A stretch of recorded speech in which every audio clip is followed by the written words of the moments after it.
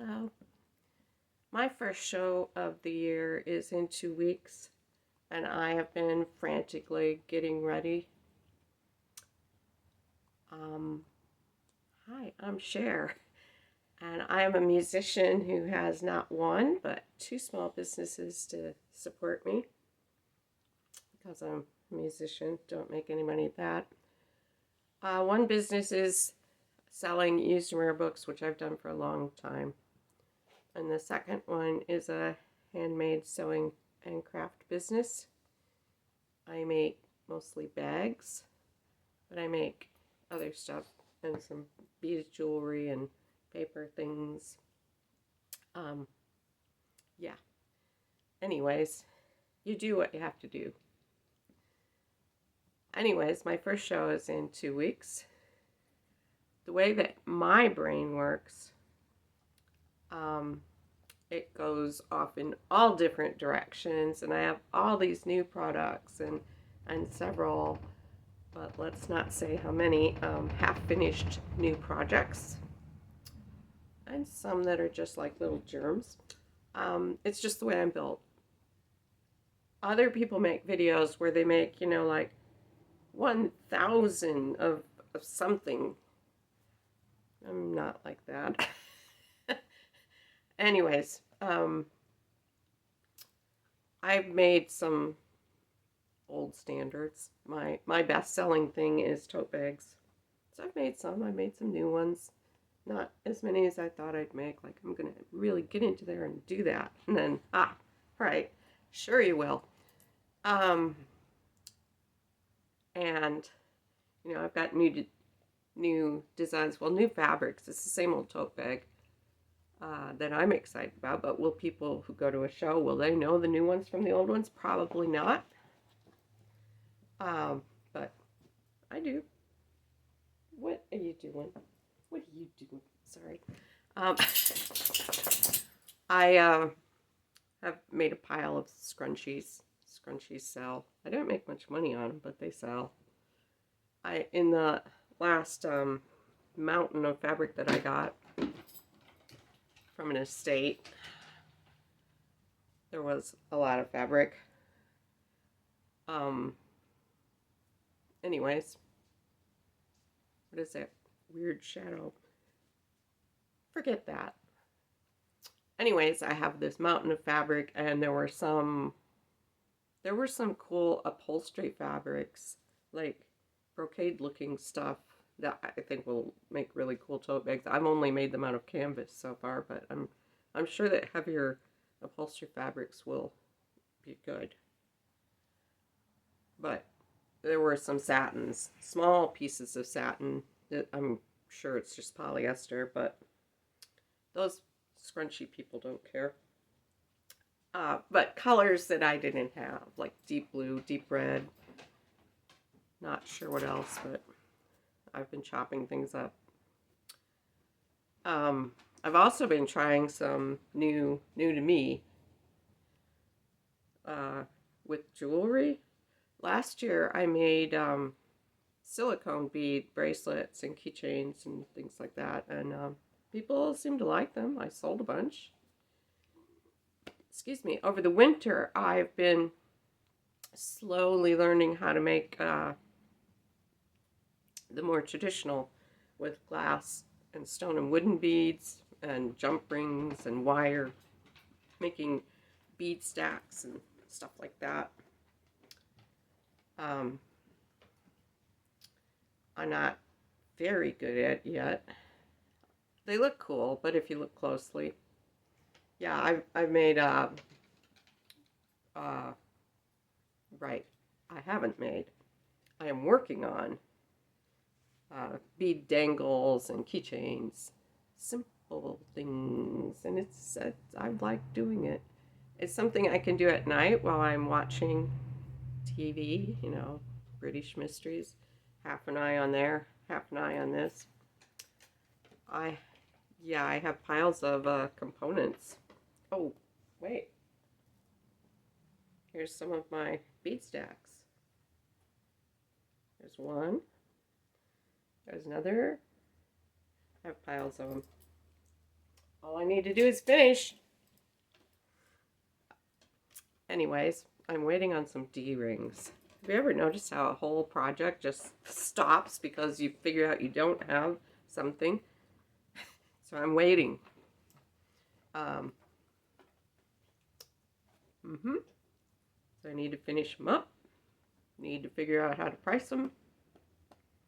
I assume, like anything else, that the more I do it, the better they'll look. The little wire circles on the ends of the bead stacks don't look very professional. They look kind of wonky if you look close. But hopefully no one will look very close. I'm also putting together some empty junk journals. A couple. Okay, I am not doing it yet. I am starting to do that. In my capacity as a book dealer, I have tons of pages and prints and covers and etc. salvaged from books that are falling apart or just not sellable. For instance, several years back, I bought a stack of Godey's Ladies books from the late 1880s and discovered that no one wants the single issues. They only want the bound volumes, which is a hardcover. It's a hardcover with a year's worth of magazines bound in. Well, some magazines it's only half a year. I think with Godey's it's a year. Anyways, I thought the individual magazines were so cool because you could picture what it was like when women, would get these in the mail, out on the prairie or in small town Ohio. And then they would look at the pictures and figure out what the new fashions were and then try to make them, which is really hard to imagine now. We have the internet. Anyways, the bound volumes to me seem very clinical, but that's all anyone wants, and they really just want the fashion plates. The late 1880s. Okay, I have a few here. See, I have my stack of visual aids. There's two when you're getting clear. Anyways, those are what the fashion prints look like. The late 1880s are less desirable because they're not hand colored anymore. The paper isn't as good. Excuse me, I have to turn a page.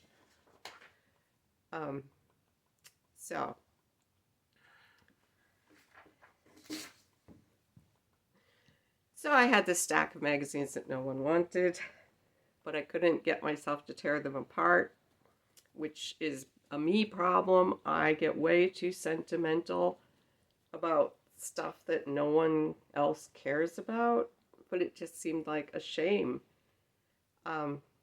Last week I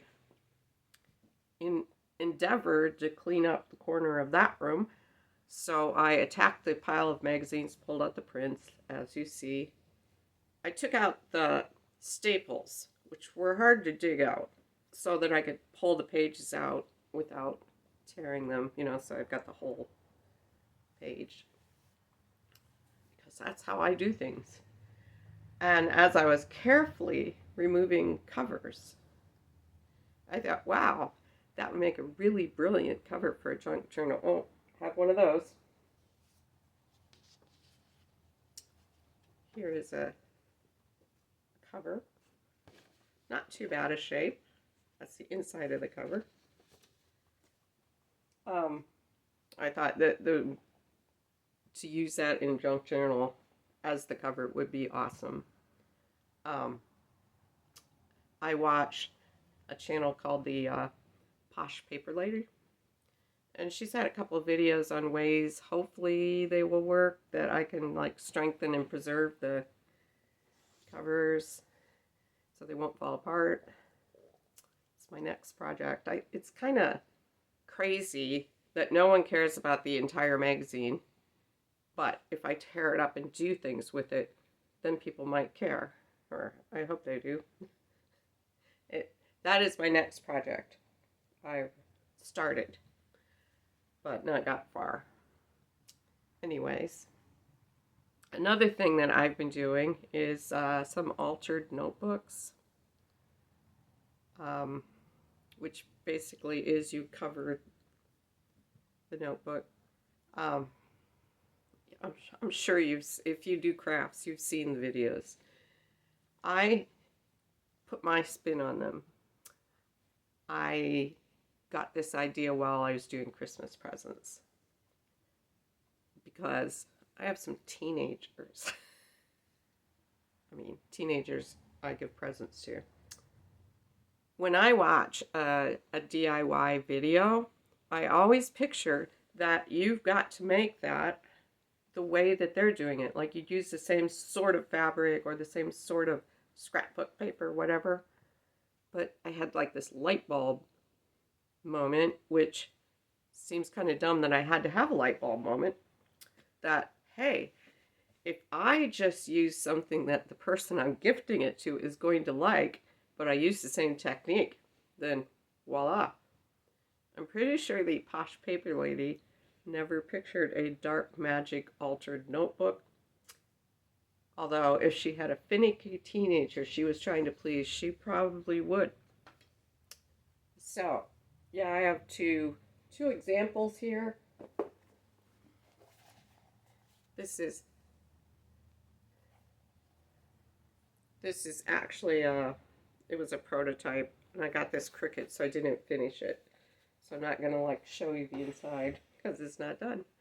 And then I had this idea, not for a teenager, but see, that's Elizabeth and Elizabeth, and I wasn't very happy with this. I used some Tudor artwork for this is pocket, and I thought maybe I'd switch it around and have the colored picture as the background and the black and white as the pocket. I don't know. Working on that. Turned out pretty well. I like it. So, if any finicky teenagers come to the craft show, I will be set. Will any? I don't know. Anyways, it's different. I think it's good to have different stuff. I'd like to have different stuff. If any teenagers come along, I'll have something for them to see. They can point it out to their mom, and their mom can say, they can just buy a composition notebook at the dollar store for $1.25, or is it $1.50? Not sure what they cost now.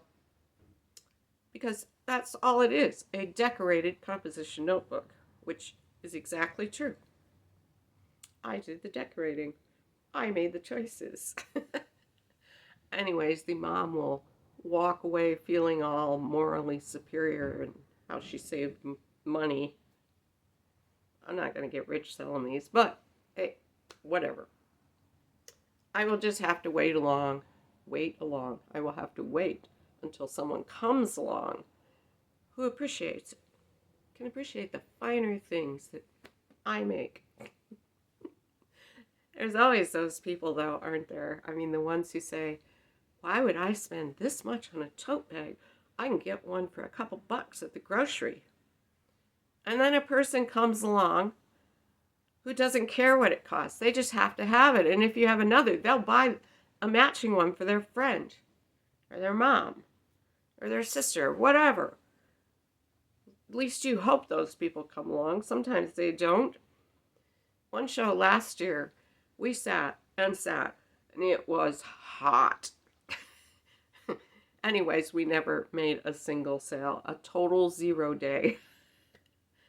You know how some shows have these complicated rules and regulations, and if you, the dealer, if you don't show up, or if you leave early, you will never be invited back. So even though they're predicting a hurricane, you show up so you can preserve your space, and you sit there with all the other faithful regulars, knowing you're going to have a really sucky day. But maybe next time will be the time that you'll cash in big. And you want to make sure you've got booth space then. Have you ever noticed that when you don't come to a show, like say you've got a graduation or something you're going to, The next time, everyone will tell you what a great show it was, how many people were there, how much stuff they sold, or does that just happen to me? I think me not showing up is what makes it great for everyone else, and they should be paying me to stay home. I actually went through and counted up how many of each thing I sold last year, figuring that's all I would have to make. Just replace them, right? Which is kind of an asinine idea. Not inspiring at all. I didn't end up going anywhere with that idea because once new things popped into my head, there wasn't room for anything else. That's the way I am. Plod along, get a new idea, and it's like, whoa, yes, let's do this. And get halfway through it, and then there's something hard, and then, oh, I'm not sure. Anyways. There's nothing more depressing than you are sitting there at a show with your new thing that you just invented or just did from someone else's instructions anyways is new and you've not seen anyone else do it. And you're sitting there beaming with pride. And then people don't even notice it. They just walk by and give you a bored glance. And yeah, you feel like jumping up and shouting, hey, everybody, I made something new. But of course, if you're me, you're way too shy to do that. I can't even imagine how people would react if I did do it. Yeah. The inner me and the outer me are two way separate people. The inner me is always trying to egg on the outer me to do things that are way out of my comfort zone. It's like the evil devil that sits on one shoulder trying to tempt you into doing bad stuff. You know, you have the evil one and the angel. Do they still do that in cartoons, or is that just my age showing again? Yeah. Only it's not. The inner me is not evil. It thinks it's doing it for my own good.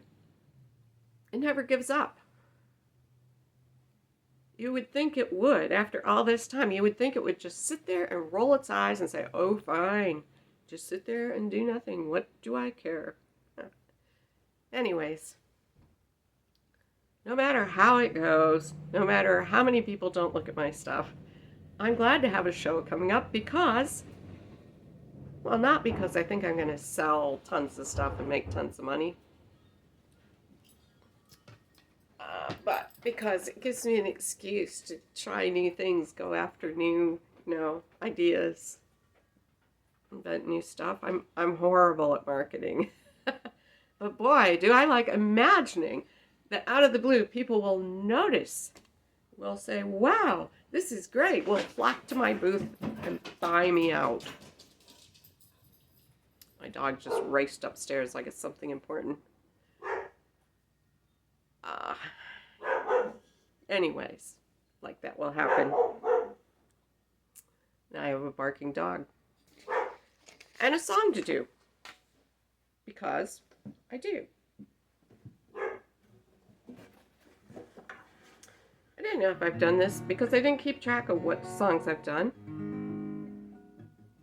And I don't think you care anyways. This is one called Dragon.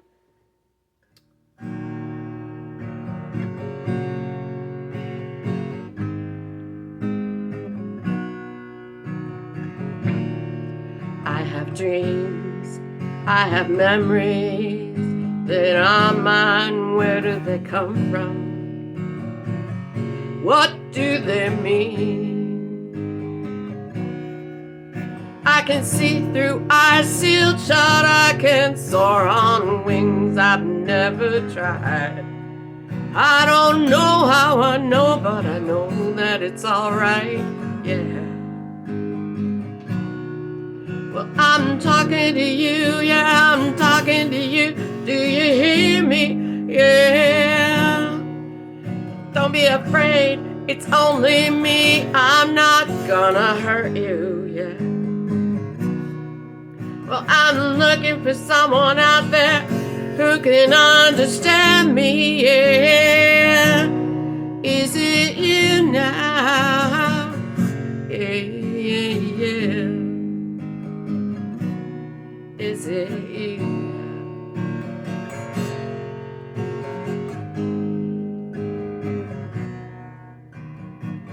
I've been here far too long, it's not the way it's supposed to be. Drowning in memories of somebody gave me, yeah. And I fly through my dreams on wings that are bigger than me, yeah. I don't know how I know, but I know that it's alright, yeah. Well, I'm reaching for you, yeah, I'm reaching for you. Do you see me? Yeah. I just want you to know that I'm here, I'm ready to fly, yeah. Well, I'm looking for someone out there who can understand me, yeah. Is it you now? Yeah, yeah, yeah. Is it you now?